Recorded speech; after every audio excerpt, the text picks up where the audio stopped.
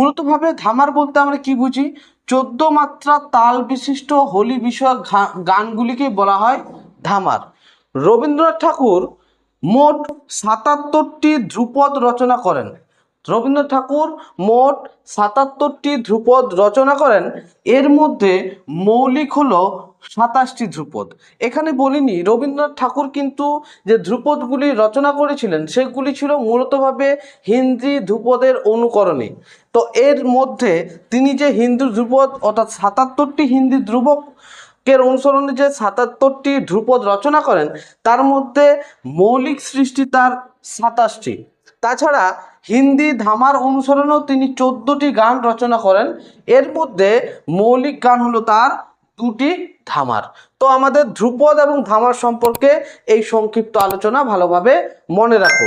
এইগুলোর থেকে তোমাদের এমসিকিউ প্রশ্ন আসবে। যেহেতু তোমাদের